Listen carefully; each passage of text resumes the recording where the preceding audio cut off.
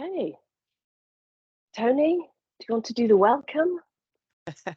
That's brilliant. Just throw me under the bus immediately. That's All oh, right. sorry, no, you weren't here last time, so everyone heard a lot, Oh a yeah. lot of me talking.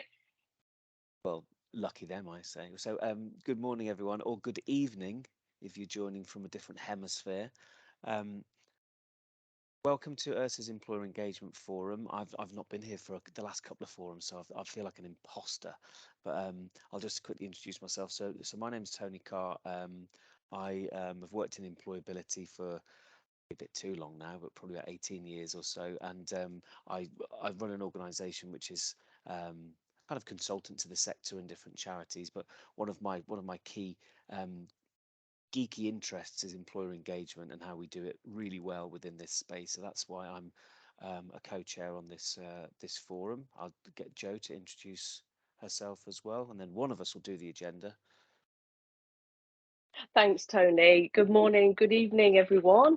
I'm Jo Ingold, Associate Professor of Human Resource Management at Deakin Business School in Melbourne, and have worked in and around the employability sector in different guises for a couple of decades, and have been working with Tony and ERSA for the last few years to really push forward the employer engagement agenda with some of the wonderful people who are on this call today. So welcome to those who are regular attendees. Welcome to those who are attending the forum for the first time this morning. And as Tony said, please do introduce yourself in the chat.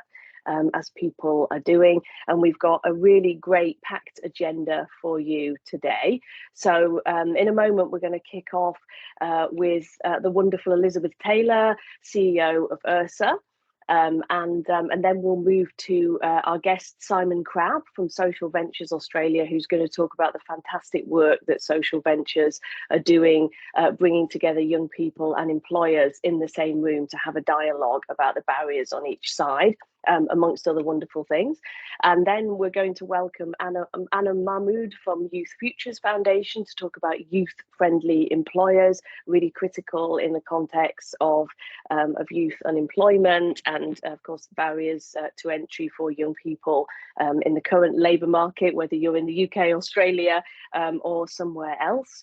And then we're going to move on. We're going to have, I think, a quick hello from Fern and a bit of a teaser for next time. Great to welcome Fern Goddard back from the Growth Company in Manchester. And then we're going to have any other business, including ideas for topics for future. And we've got a couple of proposed dates in the chat as well. And then I may, if I get time, do a sneaky plug about my book on employer engagement, which will be published in February next year. I'll sit on my hands for now. Got the plug in anyway already. We could do more details later. That's ace. So can we welcome Elizabeth in, who's going to do the ERSA update? Hi, Elizabeth. Hello, good morning. I'm actually in Belfast, which is super exciting, and I'm visiting commissioners, policymakers, and ERSA members, so it's really good. So I'm hoping this connection's stable enough. I think I just need to tell you, we need to change the agenda slightly. We've just had a message from Anna Mahmood that she's had a family bereavement and she can't join us this morning. So I think, having had the pre-meeting with Anna, it would be really good to get her to the next meeting. Yeah.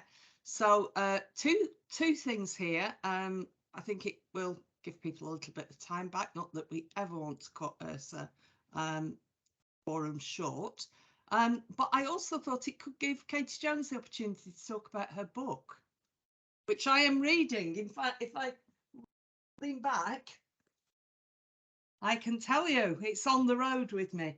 So perhaps we could do a little bit of that at the end, if that's okay. So the ERSA update. We've got the ERSA conference on the 30th of November and the 1st of December in Birmingham, and we've got the Employability Awards on the night of the 30th. We're going to be at the Library of Birmingham, incredibly beautiful, iconic building. The awards up there on the top floor will be a glamorous event, and I think that if you haven't booked already, you should book. It's going to be really, really good. You book the conference with us and accommodation separately. And I would say to people, what you need to do is just snap up some accommodation in one of the hotels around the Broad Street area, and don't delay. Lots of other things going on between now and when we break. I can't believe I'm talking about Christmas, but anyway, we are, because after we get beyond the conference, we're soon in that kind of, we're heading towards the Christmas period. But we have an event which I think Laura will put in the chat because I can't see the date immediately in front of me. But we've got another event that I think will be very relevant to people who attend the Employer Engagement Forum about a quality mark for employment service delivery to people who are lone parents, and we've been doing some joint work with Gingerbread on that, so we'll put that in the chat. And then I think the final thing to say, in this rapidly changing world of the UK government, we are really heavily involved in political engagement and key messages. Did lots and lots of work with Chloe Smith's team when she was appointed Secretary of State, because we had a bit of a legacy of a relationship with her for when she did disability, health and employment. We were making some fabulous offers to her to bring her out to meet providers, and then a week later she was gone. So now we are engaging with Mel Stride and with Guy Opperman, and trying to make sense of what the other ministerial appointments mean to the employment support sector. Mims Davis, who was Minister for Employment, is still on the fringes of our world because she's got youth, social mobility and progression. So we're trying to make good sense of that. And we are also in conversation with Shadow Secretary of State and Shadow Minister for Employment at the Labour Party, who we are hoping will speak at the conference. Lots of rumours about 3-line whip votes on the day. How they know what they're going to vote on at this point, I really don't understand, but I suspect it might be something to do with the budget. So rest assured, we are going to have opportunities for some members to feed in what their messages are. And I think my final thing to say, we have not taken our foot off the gas about Shared Prosperity Fund. We've got a new team leading on employability and SBF at DLUC, and we are engaged with them, and we continue to talk to DWP, commercial and policy about what the future of the sector is going to look like, about the services that people will need in 2023 and the solutions and answers that we have as a sector. So thanks for that. Back over to Joe and Tony. Thanks, Elizabeth. Thanks, Elizabeth. Joe, but before we move on, is it all right if I just ask just a quick question of Elizabeth? But it's not something I want to derail the agenda with, but it's this really important work from Gingerbread, which I fully support. And I'm just thinking maybe in a future forum, perhaps we could have a longer discussion about these sorts of quality marks, because we've got several out there in the marketplace, be it Ban the Box, be it Disability Confident. This one, there's one that I know the West Midlands are developing at the moment for ex-offenders, and I just think they've got real power to be a force for good with employers and helping them to understand how to work with particular groups. But we also run the risk of creating a bit of a kind of patchy, slightly confusing, there's all these different standards, and so I'd be keen to sort of like have a proper rounded discussion about how we do this and make this work for businesses. That's fine. Let's have an agenda that is making our quality marks work for businesses. That's a great title, Tony. You lined that up. Let's do it. Okay. Because I know some support from other people here. And Laura's been very enthusiastic in the chat. So I'm always very reassured when Laura's been enthusiastic in the chat. So okay.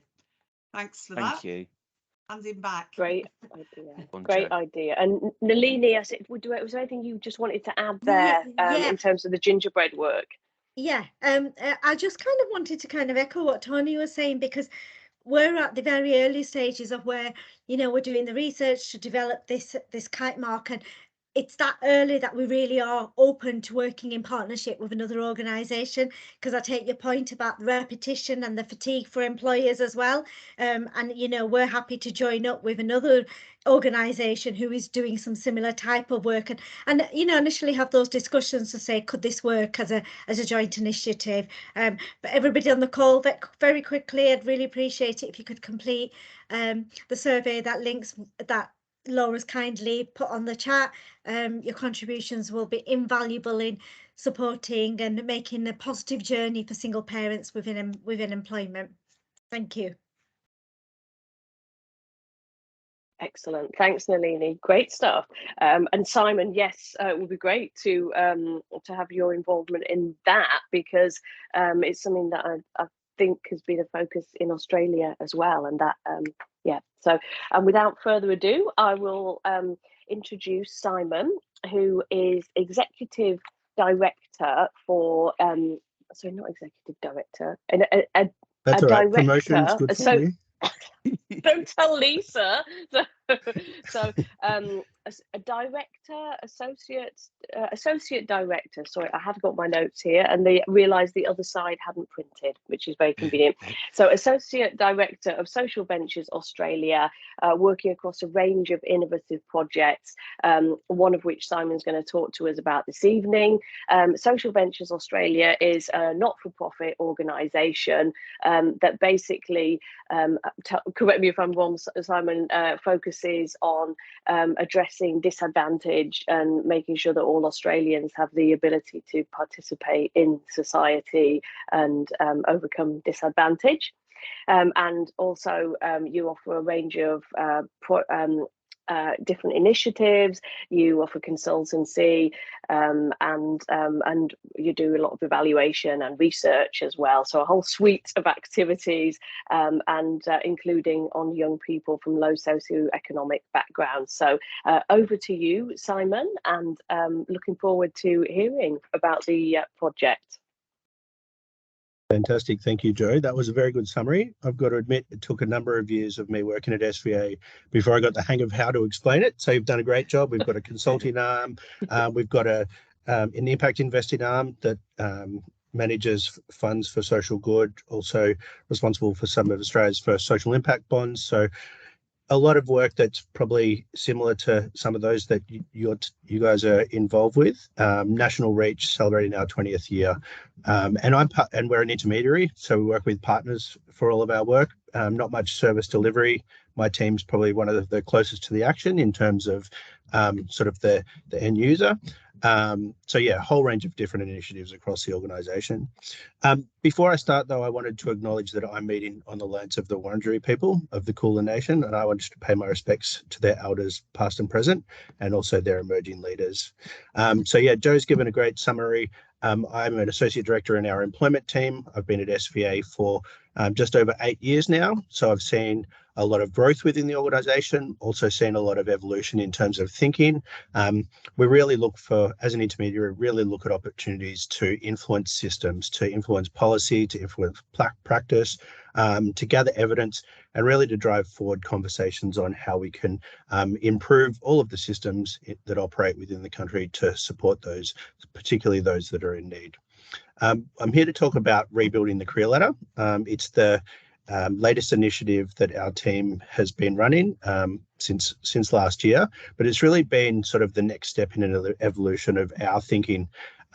We spent a number of years in our employment team designing and delivering demand-led employment programs. So through partners, really working on ways that we could try and link employer demand with the young people that were really missing out on opportunities. For a number of years, we did that as an end-to-end demand-led program. So working with employers, co-designing training pathways with line of sight to real jobs, and then going out and recruiting young people, training them up, and hopefully supporting them into work. So really looking at opportunities to better link the people that were missing out with real job opportunities. So in terms of the problem we're trying to address with this new initiative, we know that young people are taking longer to move into full-time work. They're starting lower down the career ladder, and they're not getting the same opportunities to move up that ladder as they would have in the past. The Productivity Commission which informs government policy, did a piece of work that found that since the GFC, young people's wages not only stagnated, they went backwards. So we know that they never really recovered. We know that there was casualisation, a whole range of different things that were making it harder for young people to move into work. As a result, the Productivity Commission determined that we actually needed to address the types of jobs young people were getting. So in the labour market at the moment, particularly tight labour market, it means that jobs are accessible probably more so than ever, that groups that might otherwise have previously been ignored are now being looked to as workers. But what the real issue is there's still going to be that issue about young people being able to move up in those roles, to really have access to good quality jobs, to training, to opportunities for social and economic mobility. We also know that young people without degrees are the most affected. So they're the ones that are really being left behind here. It takes them a lot longer to gain work. It takes them a lot longer to get the kind of income that are able to sort of support their families and to move up that economic ladder. So we know that employer practices need to change. The old ways just aren't working anymore. Businesses are starting to see that for some of the first time. The power balance has really shifted a bit, but there's still sort of a reluctance to change practice, and that's something that we see as a real issue, not only for the businesses, but also for young people and for the rest of society.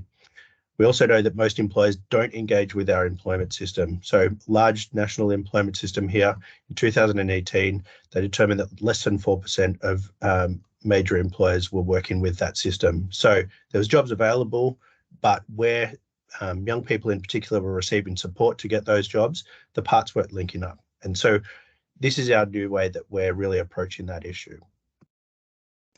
So the initiative itself, we're really looking to sort of embed youth voice throughout, something that we see as really important to our work. So really seek to understand and communicate the experiences of young people. There's been lots of reports around the future of work about the skills that people are needed, but there's been less focus on what's actually happening on the ground with young people. What have been their experiences once they've moved into work? What does that mean for how things need to shift in the right direction? So then we look at promoting evidence-informed approaches. So that's drawing on our expertise of the different range of organisations that we work with, but also international best practice, really looking for where things have worked and where we might be able to replicate them in the Australian market. And so we're really interested in working with employers to implement and embed inclusive practice as business as usual. So I'll talk a little bit more about the lab shortly, but as Joe mentioned, the lab is something that we've recently initiated. It's informed by research with young people. It applies evidence of what works, and it really supports employers to engage with those different parts of the system that they're not currently engaging with. So whether that's employment services, whether that's with the whole range of different community organisations that are supporting young people, whether that's with local training organisations, really trying to look at where there are opportunities to sort of realign some of those pieces of the system that aren't working appropriately. So with this piece of work, we went on a bit of a global hunt for where there were demand-driven or demand-led initiatives that were delivering at scale. I actually went on a fellowship tour in 2018 to the States, visiting a number of different organisations. Some of them you've probably heard about. So visited Year Up, visited Generation. So some of those big demand-led initiatives that were probably similar to the initiative we were running at the time. And I was also looking at where there were other programs that were working more closely with employers to create transformational change. So not just transactional interaction with a program. So not just saying, oh yeah, we'll agree to take 5 young people as part of your program and then carrying out business as usual, but where there was actual change within organisations that meant those opportunities were available, not just for that first group, but for groups following. So really looking at where there was an opportunity to engage with businesses because they had a big part to play in creating economic mobility and stability for young people. So we started working with Talent Rewire. It's an initiative incubated by FSG, global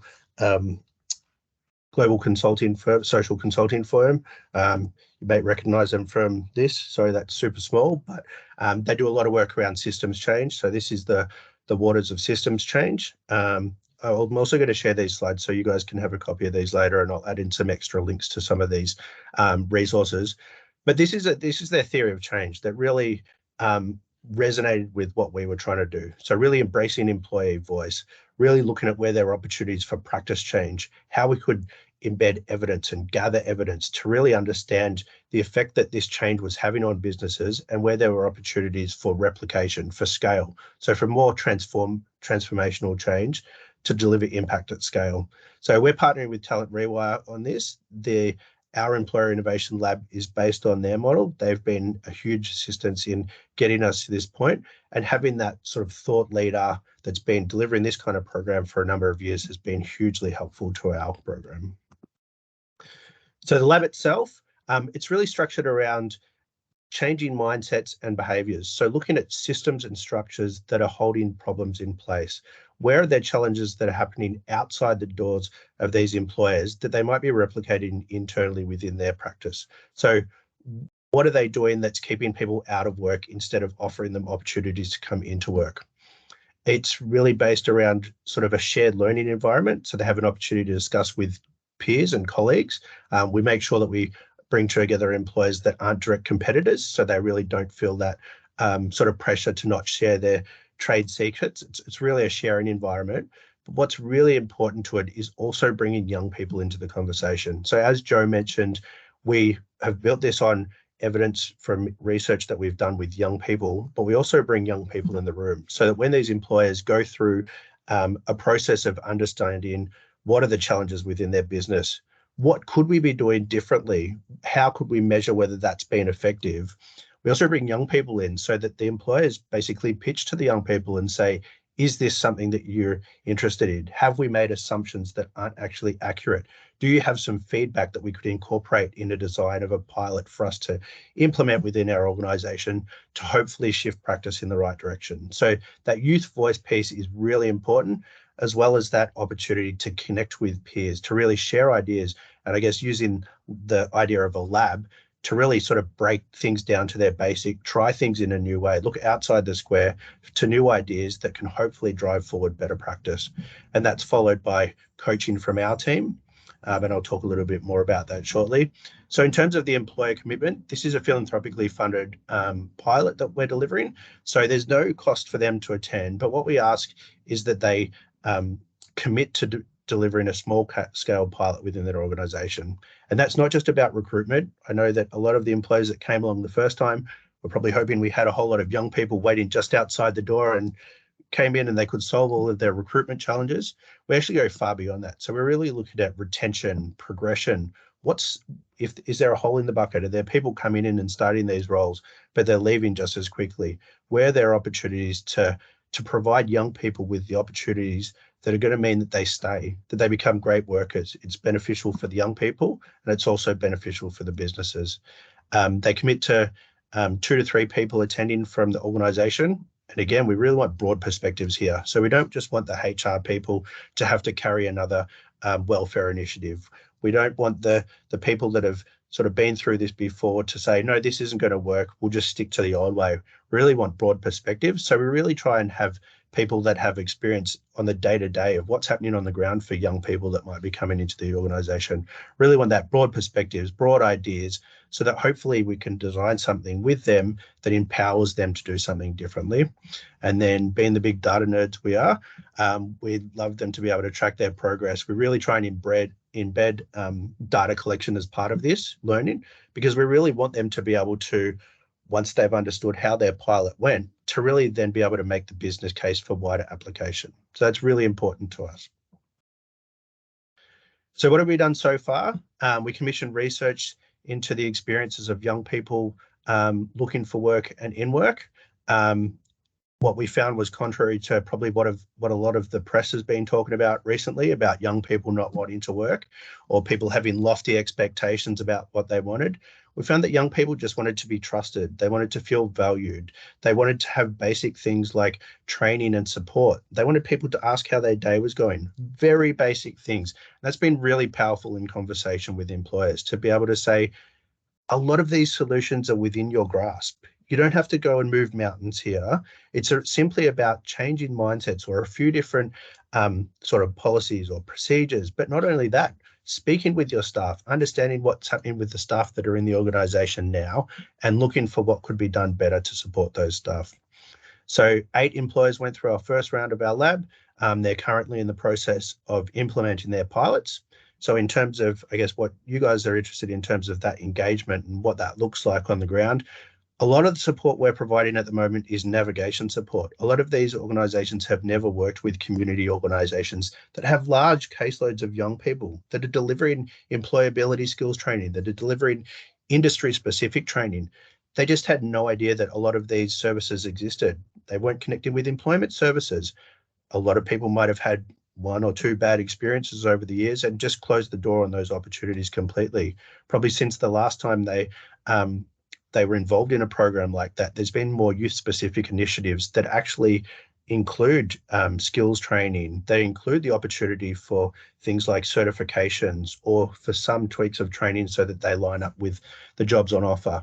So it's really about supporting them to navigate the different parts of the system so that hopefully they get some candidates that are fantastic for their organisation. Not only that, but they're also improving the way that they support things like frontline supervisors. So equipping them with the skills that they need to be better supervisors, better managers.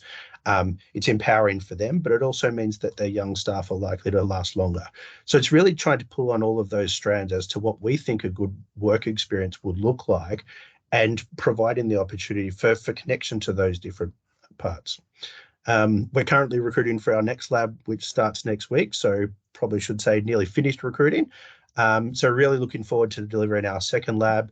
We're also now looking at what the offering looks like going forward. We know that a lab like this, which probably includes 6 to 9 months of support from SVA to implement a pilot, to really look at how they can change practices and systems, isn't going to be for every business. So we're looking for how we can extract some of those learnings and communicate with a broader audience. So that's really what we're looking to do next. So our forward strategy, we need to build some momentum. A lot of DEI initiatives and that a whole range of different employers are doing that might have metrics around gender, about different socioeconomic groups or other different underrepresented groups. Hardly any of them include youth. So there's not actually even in the realm of consideration for what might need some extra effort. So that's one of the big challenges here. We went searching high and low for case studies about employers changing practice to create pathways into employment for young people. Couldn't find much at all in Australia. So it's something that isn't in the conversation, and that's something that we know needs to change.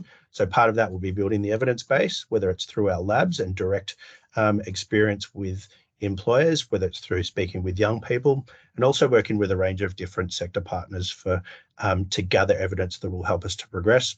The labs, we've also got some other ideas on the boil. Youth voice is so important to us. That's always going to be central to what we're doing. It's been really helpful in terms of guiding the direction of our work, but also in conversation with employers. They had such a great experience speaking with young people when they were in the room. That was so empowering for them. It was even empowering for the young people. They were all so excited that these adults in these companies were willing to listen. So that's something that will always be a part of this, and we think it's really important. And then identifying effective program models. So that's to feed back to employers, that's to feed back to policymakers, that's to feed back to sector partners. So really looking at how we can create a bit of a coalition of the willing. We can try and pull the parts together and then hopefully have systems that work more effectively. So I'm going to pause there because I realized that I'm not at the caffeinated end of my day, but I still spoke pretty fast there. I'm happy to share the slides. I'll add some extra links. I was going to play a video as well, but I might send you that so that you can watch that in your own time. But really keen for any questions that anybody's got either now or happy for you to email me as well. Thanks so much, Simon. Brilliant. Was the video does it feature the young people, some of the young people? I think it does. Yeah. Awesome. And some of the reflections from the employers as well. So I'll send a link out and you guys will be able to take a look at that. Yeah, definitely worth a watch. And I think it's yeah, I've got with my colleague Angie Knox at Sydney Business School, I've got the privilege of evaluating the lab. And the data are just brilliant from employers, really insightful, small sample and growing as you say, Simon, as you build the evidence base. But I think having attended one of the workshops where the young people spoke with employers, it was, yeah, I just can't overstate how powerful that was to get people in the same room. So kudos to you. I know I've got some idea of the huge amount of work that's gone into it. So fabulous to be doing that and building that evidence base at a time, as you say, when and really the time has come to look at different ways of different HR practices. And we have a question from Tracy. Tracy, would you like to speak your question? Thanks, Jo. Yeah, so I mean, basically part of the problem that I'm having is when I'm trying to advocate on behalf of some of our young people who are not in employment educational training or are at risk of being what we call NEET. So trying to just actually speak to an employer just to try and promote this young person and, you know, even talking about work experience is really, really difficult. They're always too busy to talk. And I just wondered whether there was any effective strategies that you may have come across. Yeah, look, I've got to say, we've tried everything over the years. It's been a big part of my role for a number of years now. I think that in that sort of one-on-one case, that sort of reverse marketing type scenario, that's something that happens a lot here in Australia. I guess one of the most effective things is trying to create sort of long-lasting relationships with particular employers. That sounds pretty easy. There's a big challenge around key person risk. We find that you spend a lot of time investing in building a relationship with an individual, with an organization, and if that person leaves, that means you're starting from square one. So I think, I guess the way that we're approaching it for this project is a little bit different.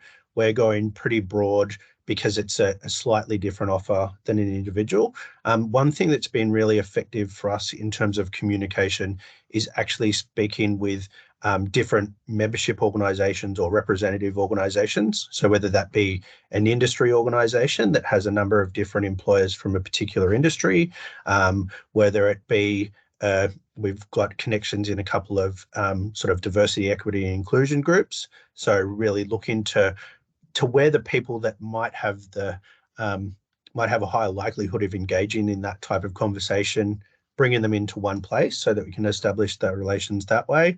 And I think that that's been helpful in terms of us spreading our messages. In the past, when I ran the demand-led programs, it was slightly different again, where we were looking for employers to commit a number of roles to a program. Again, we were able to forge a relationship with the representative body, so with Tourism Accommodation Australia and the Australian Hotels Association, and they gave us the opportunity to speak at their HR managers meetings and some of those types of things. We've also run a number of webinars to try and communicate with employers around research that we're doing. So all of these are slightly different than that one-on-one basis. I think it's always going to be a challenge to find the right door to knock on. But I guess if you're trying to establish whether there's a particular industry that you know that a lot of young people that you're supporting are interested in, whether it's a particular skill level they're likely to align with, is probably trying to create a more ongoing relationship with those organisations so that when you do have an individual to present, you've got that warm relationship already. Great stuff. Thanks a lot, Simon. Brilliant. Would anyone else like to offer any suggestions from your own experiences as well? As you know, the forum is about sharing good practice as well. Exactly, yeah. Come on, we've got some very experienced practitioners on here. We have. They've got some really good ideas. Yeah. I was wondering Tracy, how you were starting your conversations with employers. You know, do you just kind of go in for the kill almost, and say what you're offering up front, or do you actually? And Fern, I'll come to you.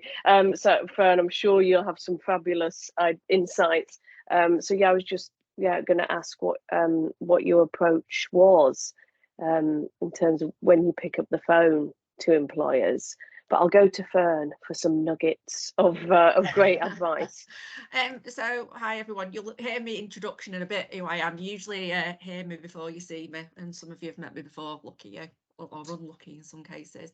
It's a really hard there's no, with this type of activity, what I would say is it's not a one size fits all. I think it boils down to people buy off people, and be creative in your approach.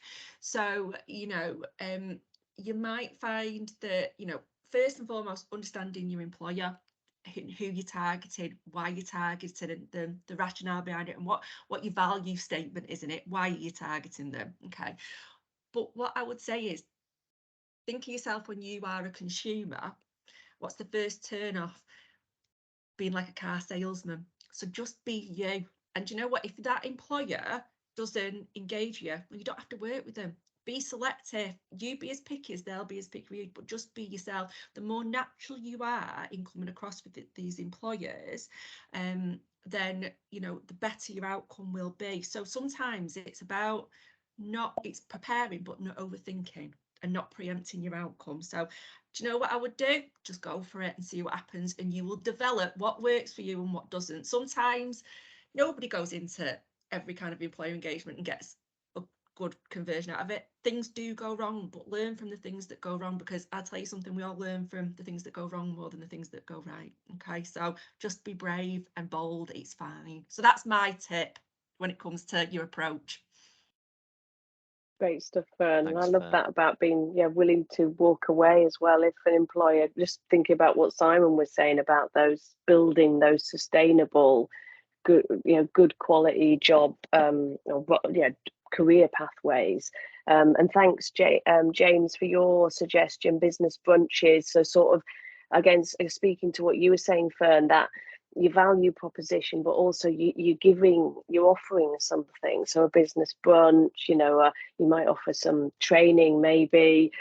Just thinking about the disability space, which could overlaps with other characteristics, like might be a young person with disability, but you can offer some training as well as a kind of something that you give for free, that's of benefit in creating that context that you were talking about, Simon, where helping line managers to actually manage people who are new to the workplace. Christina, over to you. Yeah, hi there. I love that. Be bold, be brave. That is the actual car salesman sort of chatter coming out in me, actually. Never thought I'd be able to sell our charity. But I've sort of taken a couple of different approaches now. So with the work we do with young people, I work for a charity called Employability UK, and we have a lot of volunteers who actually support the charity and deliver on our programmes. One of the things I do is, when I'm having the initial discussion with them, is, we build up such a relationship that we ask for leads from them as well. So are the people within their organisation who we can go to talk about CSR, for example? Or the last thing I've just started to do is actually going around some of the jobs fairs and talking to some of the larger employers about their CSR. And even, some of our volunteers have got smaller companies that they've started up. So it might not be a financial benefit, but it might be something that they could provide to the charity in kind, for example, writing content for us, or interesting articles, or IT support. So I've sort of diversified for, I don't do cold calling, because for me it doesn't work. People don't answer, people are dead busy. And so I've had to sort of be a little bit sort of more entrepreneurial and get out there and do my stuff sort of thing. Be brave and be bold, as Fern said. So yeah, so that's me. I'll shut up now. Thanks. Thanks, Christina. Thanks, Chris. Wonderful. We've got anyone else? Tracy, is that of help to you in thinking about what you can do differently and to others as well? Yes, it definitely is. Thank you very much to Awesome. everybody with their suggestions. And I've been frantically writing everything down. So yeah, fantastic. Thank you. Great stuff. And you can listen to the recording as well. Yes. So which yeah, and then we look forward to hearing from you when in the quality mark session as well, Tracy. So thanks a lot. Joe, over can I yeah, just say something Tony. just dead quick, which is I think more summarising what lots of people have said already, but it's maybe for to speak to Tracy's question as well, but it's also to plug your research as well, because one of the things that I found really useful coming out of your research was this kind of idea of product-led approaches versus needs-led approaches, and that kind of, I'm sure if you're a business owner, you've been on the receiving end of perhaps a quite poor phone call of someone sort of calling you up and telling you, you need to have an apprentice in your business, you've got to have one because that's the government policy. And it's kind of like, find out what a business needs, right? Don't go in with your product because they may not want it and it may not fit with their needs. But if you truly understand the business's needs, you're probably more likely to be able to sort of fit your service around what that is. And let's face it, we are in the UK, this is anyway, Simon, so I'm not entirely sort of au fait with what's going on in Australia at the minute, but we've got this situation where we've got tons and tons of vacancies out there at the minute, and we've got a smaller labour pool, and next year is going to be crap because we're going to probably hit recession and things are going to get more difficult for businesses. But we have a responsibility and an opportunity in our sector to be having these conversations with businesses. How can we assist your business? What's your business going through? What are your problems? What's keeping you up at night? And one way or another, we can understand what's happening with businesses and therefore fit our services around that, rather than say, do you want a traineeship? And I'm not saying anyone on this call says stuff like that, but I'm just being slightly crude in terms of the difficulty of trying to push a product versus understand the need. That's just the point I'm going to make. Yeah, bingo, Tony. Sorry to jump in. I think on, that's Dan. the point. We often do that, but I think initially, let's not be arrogant. Can we assist your business? Are we the right people? Can we help you? Because there's no point me trying to ram something down your throat if you're not ready for it or there's no benefit. And I think that's something that we massively do. Let's not be arrogant. Let's be really open. Can we assist you?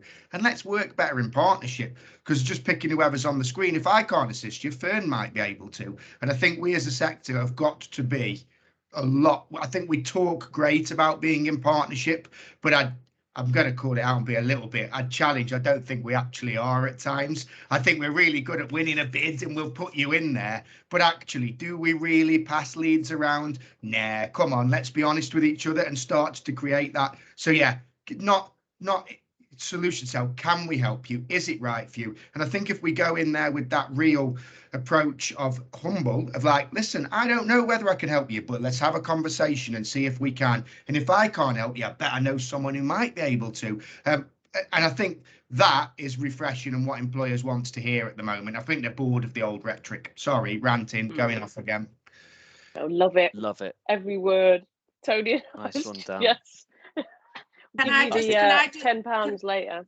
Yeah, Come on, Dan's Sorry, my- Fern. Yep. yeah, Dan's my new friend, Dan, just so you know, because clearly you're not afraid to get in your soapbox like me.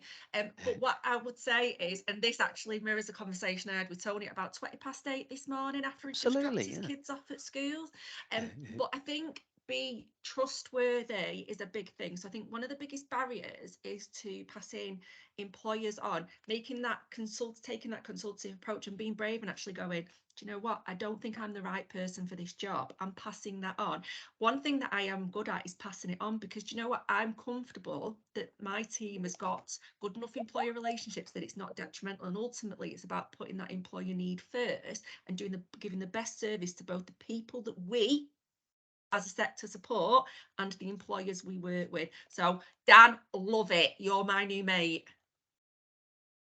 Brilliant. I love it, Fern. Thank you Dan, so don't be much. afraid. We need more of this. We definitely need more of this. So don't hold back, and let's foster some partnerships, competition, good, and share these good practices around. Simon, thank you so much for being with us Yes, thanks, this Simon. evening. I'm aware of the time, and if you want to hang around, great. But please feel free, or if you want to, go on off camera or whatever, just listen in. But equally, feel free to get on with the rest of your evening. But thank you for being with us. And are you happy for people to reach out if they've got questions? Reach out directly. Yeah, thank you for having me. Joe and I first crossed paths a number of years ago and became fast friends because we obviously had a lot to chat about. And it's been brilliant to be able to find more opportunities to work with Joe and Angie and their team. And we have big plans for the coming years. So I'm sure we'll have more to present about in future. I'll put my email address in the chat. I'll also put in the link to the website, so at some point you can take a look at that video, and I'm also happy to share the slides, and please reach out if you want to chat more. Thank you. Fabulous. But Thanks, Simon. I will stick around because I looked at the agenda and I was like, oh, this all sounds very interesting. You're really welcome. Awesome. Thanks a lot. Great. Over to you, Tony. Would you like to continue with the next segment? The agenda again. So I think we've was Annam the next bit, but of course Annam's not available, so I'm just going to quickly check in. So Kate, we've got Fern and Katie. So I think, yeah, the last conversation is a good segue into Fern's bit. So without kind of taking Fern's thunder, which Dan did already. Not really, Dan. We're all on the same page here. But Fern, please do come in, introduce yourself, tell us what you're all about, and tell us what you're going to be doing in terms of getting more involved in these forums. Hi everybody. Like I just said, you've probably already established I'm not backwards at coming forwards and getting on my soapbox. So just a bit about me, because when I talk, it is all about me. I'm not gonna lie to you. So I say I'm not a salesperson, but I clearly am. So I'm Fern Goddard. So for my sins, I've worked in this industry for nearly 10.5 years, and always in employer engagement, never in the operational side. I'm just one of them people for glutton for punishment, and I absolutely love it, and I absolutely believe in what we do, which is, I think, the reason why I've stuck at it for so long. And prior to that, I worked in the commercial recruitment world, like a lot of people who move into employer engagement. I've worked at a growth company for 6 years, and prior to that I worked for CTEC, so I've worked for a couple of providers, and I actually started out in the industry at an employer engagement level, so you kind of your bottom sales level really, and I've worked my way up, so I've done kind of lots of different aspects of it. Prior to COVID, I was quite heavily involved with some of the ERSA work. And then Tony asked me to be recorded for something, and I turned into a robot and lost my jazz. And then COVID hit, and then just the world's been a bit mad, hasn't it, for the last 2.5 years.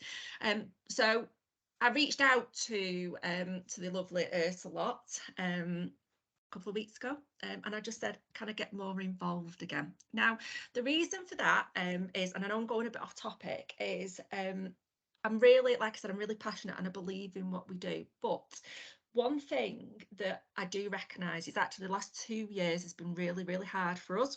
The landscape is ever changing. The landscape will continue to change, and the demands on our services are increasing, but also the challenges for our services are increasing as well. And there is a level of uncertainty on all elements of it. And actually, like Dan said before, sometimes that then promotes people to retract, to work in isolation, to become insular in their practices. And actually, this is the time when it's more important than ever that the needs for collaboration, the needs for co-opetition, the needs for sharing best practice. And that's why I wanted to get involved, because I wanted to be more about open and honesty and discussing and actually helping each other out, basically. We need to be smarter in the way that we're all working, for the benefit of the employers that we're supporting, because they're a bit fatigued with that. I'm ringing to see if you want Kickstart, oh, do you want a traineeship, do you want this, do you want that? Actually, let's think about we're doing it, and let's get clever in the way we're doing it, and make sure that we put the employer's needs first. Because actually some of the negative comeback that maybe Tracy was talking about earlier is because actually they might have received a phone call 10 minutes earlier with exactly the same ask, or a call the day before with a different ask. So what I've asked ERSA is that if I can get more involved, and part of that is actually doing a little bit of kind of thought-provoking best practice subjects that are challenging for us all, things that are going great, and just having kind of open and honest and developing them trustworthy conversations between us. And when I say trustworthy, I think that people asking for help is a big part of that. I've learned from asking for help, and I'm not afraid to ask for help, and it's okay to ask for help if something's a challenge. So I think that that's really, really important that we build on that. One of the things that what I've asked through the new year is actually a really, really hot topic, and it just so happens the lovely Katie is on the call today. So I've been super lucky. I was invited to be part of a research project with the university with a few people, and I've had a little sneaky peek of some research which you're all going to get access to in the new year. But actually what that got me thinking, we need to start actioning, these pieces of research that take place. Are we good at actually taking it on board? Are we good at making changes? Are we good at sharing changes? Are we good at doing best practice?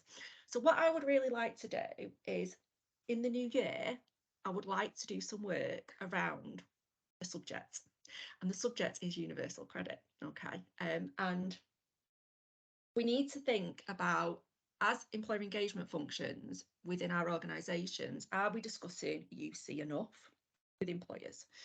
Are we leaving some of them UC discussions up to operations?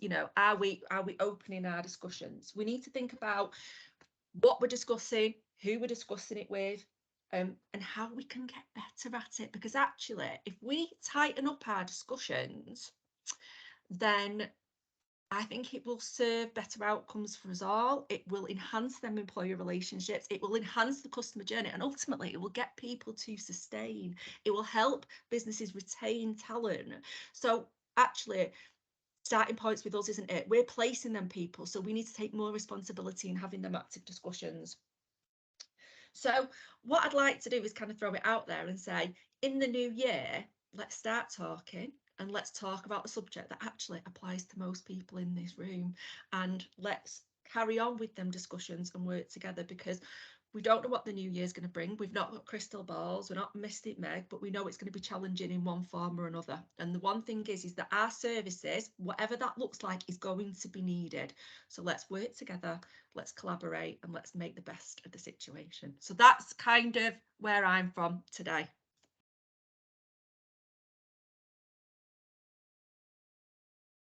Awesome. Sorry, couldn't take Thanks, yourself Fern. off mute. You were so excited, Tony. That was the thing.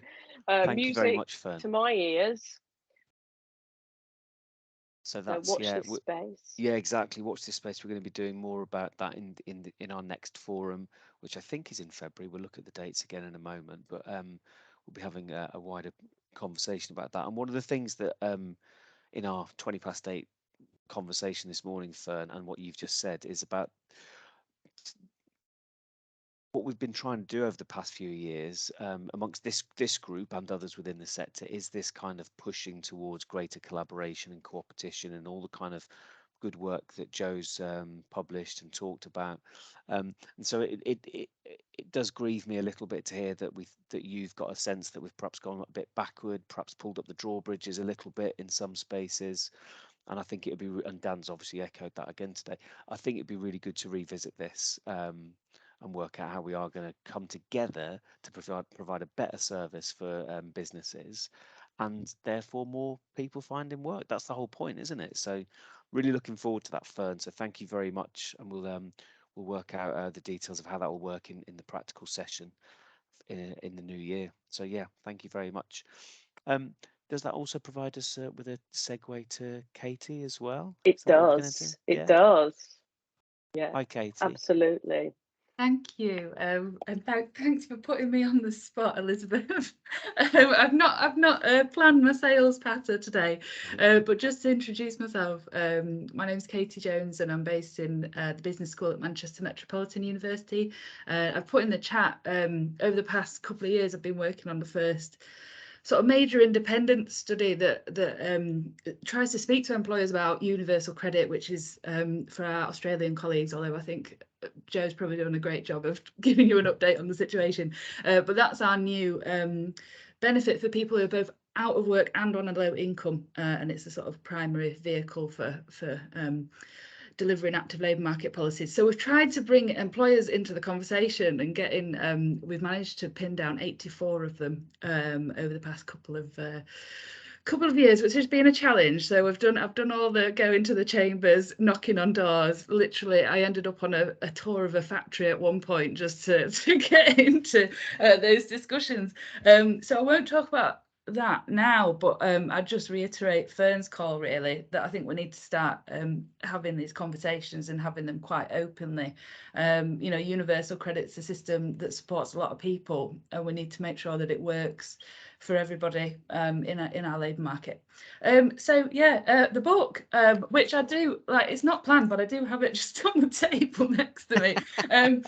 It's really short and it's really cheap, and what I will do is I'll post a link and with a discount code as well, which will make it, oh no, I will do it. I can't do two things at the same time, but I'll do it in a second.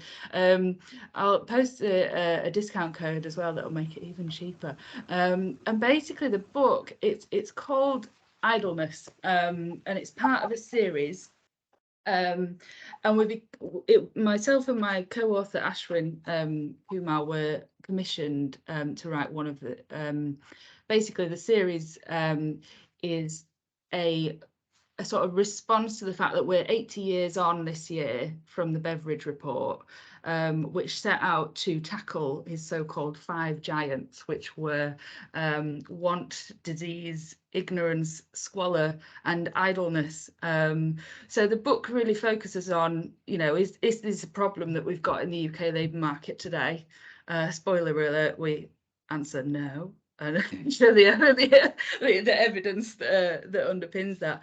But it focuses on employment and employment support, but it tries to place that within these broader discussions that I think we've very much been having today about good work, about productivity, and about making sure that you know, we are supporting people to get to their best potential. And part of that is about challenging employers and making sure that employers are offering better work. So that's our sort of, I guess that's the framing. And I've worked with Ashwin, who's an economist, so it's been an interesting, like, economist, social policy mashup. We've had lots of interesting conversations.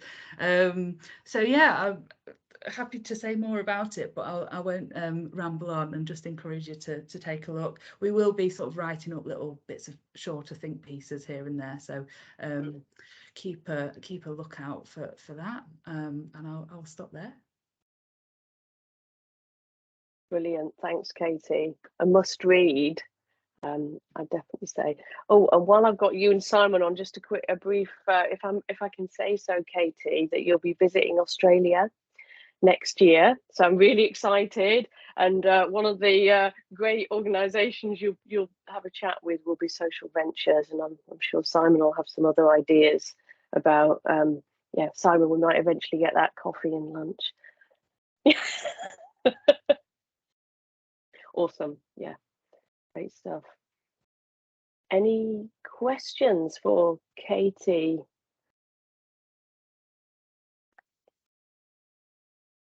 Thanks for posting the link to your brilliant research as well, and that will be fabulous basis, as Fern mentions, for this piece of work in the new year.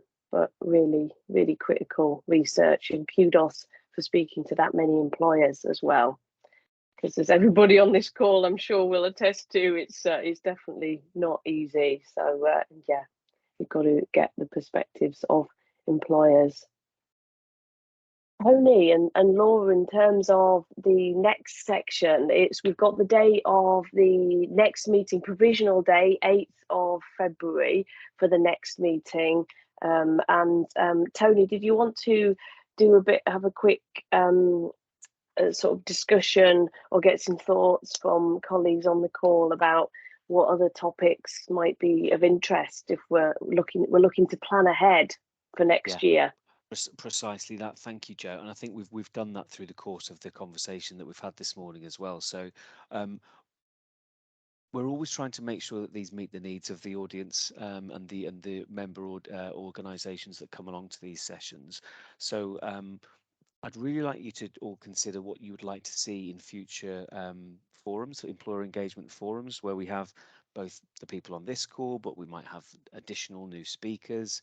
We've spoken today about Fern's session where to look at universal credit, but also, in tandem with that, thinking about how we revisit the collaboration and co-opetition conversation.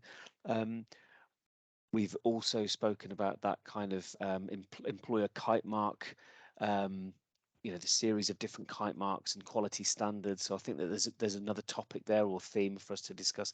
But I just want to put it over to you to either put in the chat or to come in and talk about it. But what other themes or topics or even guest speakers would you really like to see at a future forum? And we'll take all of your feedback and put it into the agendas for the next time out. So if anyone's got anything that they want to put their hand up and say now, then please do.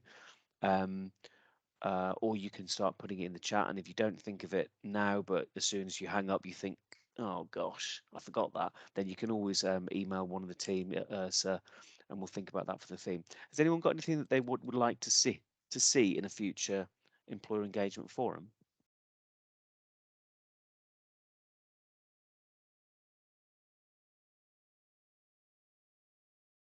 You do mean that means me and Joe will design it. So there's a little bit of risk involved here in your silence. Exactly. We could go really rogue.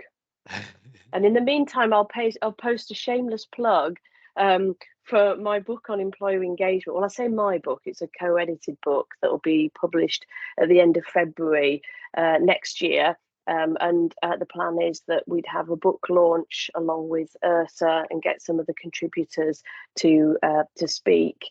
So very exciting.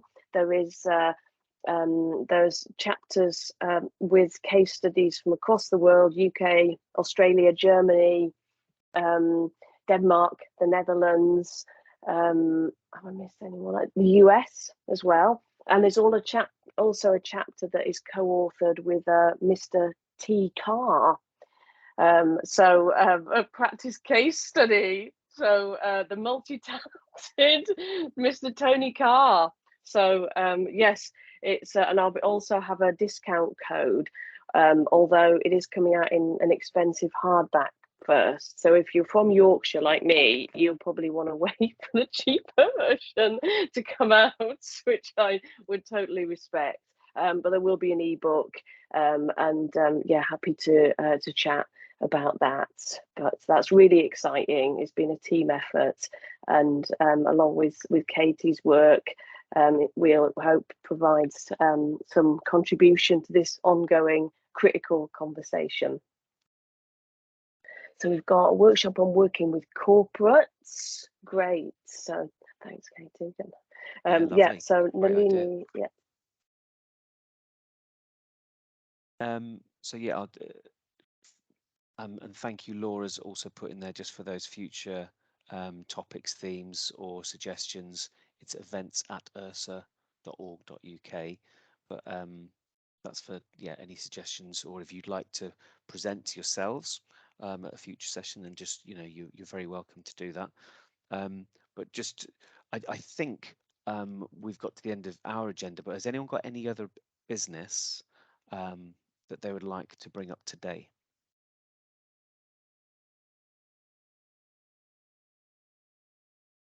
Anything from you, Laura? Have we missed anything? John. Bye, John. Hi, John. Lovely to see you again. Yeah, always a pleasure to Morning, be with folks. us. How you doing? All right, you okay? Good. Yeah, Good. How are you? I'm good. I'm all right. I'm all right. Thanks. So I just thought I'd add on this, because we talked about this, what, a year and a half, 2 years ago, I can't remember, in terms of employer engagement, etc. My background's recruitment, so I concur with what everybody's said today, and I think there is an element of classic sales training, which I appreciate is not for everyone, which comes in there. But I think there's a little bit of dare I say, tough love that's required in some of this. You know, recruitment's brutal. You know, how long if it's not working. It's as simple as that. And I think if you look, one of the things that I've been trying to do for years is help this industry think more like a recruitment agency, because if you don't have any good candidates, you're going to go out of business. So where you're getting your good candidates from, especially now that most people who can walk, talk and chew gum, who are close to the labour market, are in work, what we've got left is the people who are not in the game because they're economically inactive, or the people who are further away from work who need some really good help, which then puts the pressure back onto where are they getting that help, who's paying attention to what works and who doesn't. And I know we talked about doing one of these, Tony, a year and a half ago, 2 years ago, on employer engagement, and one night I couldn't get back to sleep about 5 o'clock, and I mapped that out, and employer engagement came back to policy, right? It all came back to policy. Now I'll do that for you if I want, but it's quite brutal, I'll be honest with you, right? I'll have to find it first. But if you look at where can we learn from success, and where, because things have got to change. We all know this industry's got to change, and we're waiting for people who've got zero intention or ability of changing, and that's before you bring the politicians into it and we just sit there and wait. Or do we say, do you know what, we're going to do more about this? Actually, you don't know what you're doing really, so I'm going to show you how to do this or whatever, and that needs people to be able to step up and do it. But if you look at what happened with British Olympic cycling, because we do quite a lot of psychology in the work that we do, British cycling were awful. They were absolutely terrible and couldn't win anything. And then Dr. Steve Peters and Dave Brailsford and everybody else went in, and they did what they did, and they looked at absolutely everything, and they improved the percentages, etc. But one of the key things that they changed culturally was made the riders the kings and the queens. So what I've argued for certainly over a decade, I've got presentations that, you know, I gave to IDS's Social Justice Conference in 2013. Too much of this sector is all about the people in the sector, and it's not about the individuals, and it's not about the employers. And if people can recognise that, get over themselves, to use an Australianism or whatever else, right, and put the individuals and the employers as the kings and queens, that's how you change this. But currently, we're all waiting for what exactly? And what happens if we are waiting for people in policy, and that can be in DWP, in DFE, in LEPs, in combined authorities, etc. And if we sit down, and certainly if I interviewed them, given what I used to do, and said, you know what, you're in the wrong job. Has anybody checked? And if we haven't, maybe it's about start to ask some of these uncomfortable questions, because I think everybody, in my experience, is constrained to at least some extent, but it doesn't need to be that way, if that makes sense. I think it does. John, we say we're going to have a bit of a longer, deeper conversation, a more brutal conversation about this in a future forum. Is that what you're proposing? Hey, you got to ask for it, because you know, I mean, as Tony Robbins says, you've got to participate in your own rescue. What are we doing here? Now, I'll do it, but what needs to follow, and I think organisations have got to take responsibility for this, what needs to follow is then action. There's a lot of warm words in this sector, and there's certain people who were mentioned earlier who have been given warm words, and they need more than warm words. And I think, you know, if people are good at this stuff and they're into it, great, and they want to get better, that's fine. But if some people, and we know there are some organisations who game the system, that's got to be called out, and that's uncomfortable. But You know, I think that's holding everybody else back, because where we're trying to get there, when you'll probably say this if it hits the press soon, is a campaign on, are work coaches and job seekers entitled to see the performance data of programs? Because if I'm suddenly unemployed, am I entitled to the best possible support available or not? And I think that's a conversation we need to have. Because currently, if I'm unemployed, where am I? Hertfordshire, it's a complete crapshoot as to what help I might get or I might not. It doesn't need to be like that. So if you say I am entitled to the best, what's then got to change? And if you say I'm not entitled to the best, well, why not? And how much does that actually cost the public purse and everything else? And I'm not sure the powers that be, and should there be the powers that be, I'm not sure they're asking these questions or remotely understand it. So yeah, I mean, listen, I'm easy. I'm not short of things to do, but if you guys want a bit on that, then I'll do it. Well, we're catching up later, aren't we, John? So maybe we can pick this up and and run with it and think about what this looks like. I'd be really up for that conversation. Sounds like a good provocative discussion. I think it's, just to jump in, I think it's a really interesting point, John. And I think just whilst we're stirring the pot, I think it's sometimes when you've got the incentive wrong, and if the government got the incentive wrong with how that they manage the providers, how they incentivize the providers, my opinion is absolutely they have. And what that means is, it means that providers can game the system, but I'm not sure they see it as gaming the system. They see it as following the rules that they think that they've been set. I think that's how they almost convince themselves at times that it's okay. But yeah, I think ultimately when the incentive of the contract is wrong, it drives the behaviours of those providers who've got the contracts. And I think it's not going to happen overnight, but that's where I feel change needs to happen. So I think you're absolutely right. Where are you from, Dan? Me? Peak District. I'm up near Leeds. I mean, in terms of an organisation, because it just says Dan on there. Yeah, so you know you're supposed to make change and do something different. I quit my job 3 months ago because I didn't like the way it was going, and I've set up on my own to try and get something going. So talent jolt is what I've called myself. Oh, Dan, right. Well, let's talk separately because I like that. Something, speak to Dan's point there. I was on an Institute for Government, one of these a couple of weeks ago, which was looking at the what works and the whole behavioural insight team, etc. Which, you know, we've done stuff around for years ago, but I think organisations, you know, DFE, DWP, etc., are not looking for what works. They're not, and you can prove that they're not. So you've then got to see why. Now, if you go back to InLoGov, which is the Institute of Local Government Excellence, they found that they did some research, and I think it came from Stockholm initially, the need to change the thinking and the behaviour of the professionals before you can affect the service users. So that means we need to change the thinking and the behaviour of the professionals. So you go, okay, how do you do that? Now, if you go back to what, and I think it's David Halpin who led the nudge team, and he's got the brain the size of a planet, and it's brilliantly what he says. Only 8% of public spend is actually measured in this country.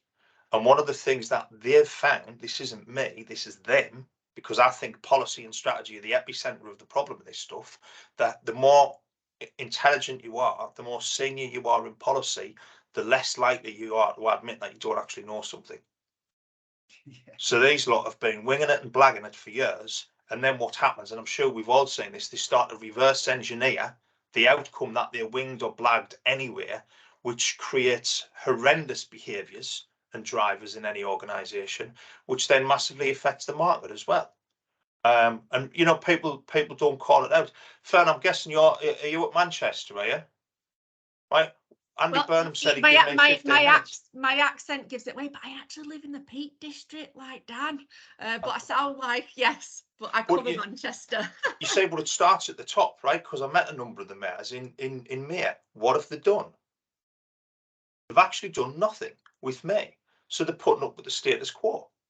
Are they doing that on purpose? Are they busy? Do they not understand, etc.? So that's where, because if you look at the shift that's required in the professionals, that's what we're asking employers to do, given what people are talking about here, is a complete shift. And that's what we're asking long-term unemployed people to do as well. So that whole paradigm shift needs to run throughout the sector. And the question is where does it start? Well, that's linked to what we're going to talk about later, Tony. I mean, I don't want to delve on this later on because it's very specific. But yeah, we can touch upon this, and sure, you know where I am with this stuff anyway, so Yeah, more than happy to. Brilliant. I think it would be really powerful to almost, the word, not manifesto came into my head, John, a manifesto for the sector, for employment services, but from the sector itself. And maybe this could later, hopefully not to speak out of turn, feed into briefings for, for the shadow. Be careful what you wish for. I'll talk to you separately about that. I know what I've been wishing for, but I don't want to get too political, so I'll be quiet. So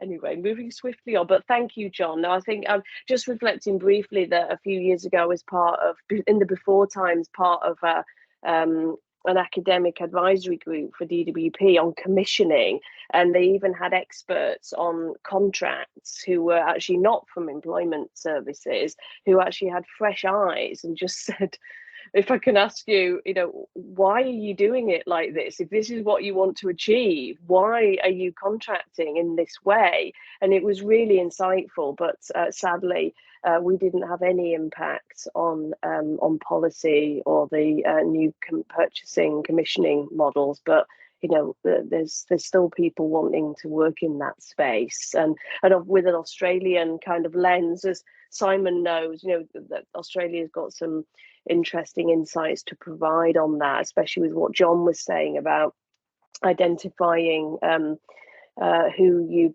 the whole star rating system in Australia, which has now been dispensed with the new Workforce Australia model. But yeah, it's always so I'll get off my soapbox in a moment, but it's always been a source of consternation to me that choice is completely absent in the area of employment services, whereas it's talked about has been part of the sort of policy rhetoric in other policy areas. So just a few insights. I'll keep my powder dry for our discussions. Fern. Sorry, I clicked the wrong thing. I was going to do one of the signs, but just to back it up, change does start with us, and it's about understanding our controllables versus the uncontrollables, and what is within our control and what we can change. We should empower ourselves to make them changes and lead by example, and sometimes it isn't always seen as the kind of, like I said earlier, be bold, be brave, seek forgiveness rather than approval. So that's something that I always do in my direct. But if believe in what we do, and do the right thing. And it sounds cheesy and it sounds corny, but I think that we've got to be embraced. We're going to go through a period of change as a country. We're going to go through a period of change with contracts. So let's start making them changes where we can now. Don't wait. Down to us. Yeah. Very good. Good rallying cry to end on there, I think. So I think we've got a little bit of time back because Anna couldn't join us today. But if it's okay, I'm just like to thank Simon, thank Fern, and thank all of our other contributors today. It's been a really interesting and vibrant conversation. Why is it always vibrant with employer engagement people? I wonder. But yeah, thank you all very much. It's been really enjoyable. Looking forward to the next one. And yeah, do get in touch with Ursa or Joe and I if you want to get involved with future sessions and guide the themes and topics that we go through. But I will just say goodbye for now. And Joe, I'm sure you'll say goodbye too. Yes, thanks everyone. Lovely to see you. Stay safe and have a great festive period in the meantime, and we will see you in the new year. But yeah, do keep in touch with Ursa in the meantime, and don't forget to complete the gingerbread quality mark survey, and also, if you can, attend the workshop. All the information in the chat and also in the email that Laura sent out. Catch you all soon. Take care. See you.